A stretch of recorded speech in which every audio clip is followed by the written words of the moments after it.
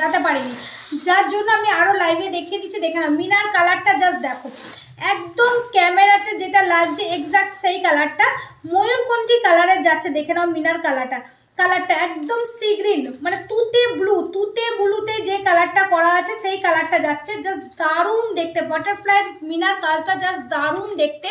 এই হচ্ছে বাটারফ্লাইটা, দেখো কত ধরনের মিনার কাজ করা আছে। এখানে মিনা সুরগুলোতে মিনা করা আছে, সাইডের পাখনাগুলোতে মিনা করা আছে, জাস্ট দারুণ দেখতে। টাই হারটার সাথে এরকম ইয়ারিং পেয়ে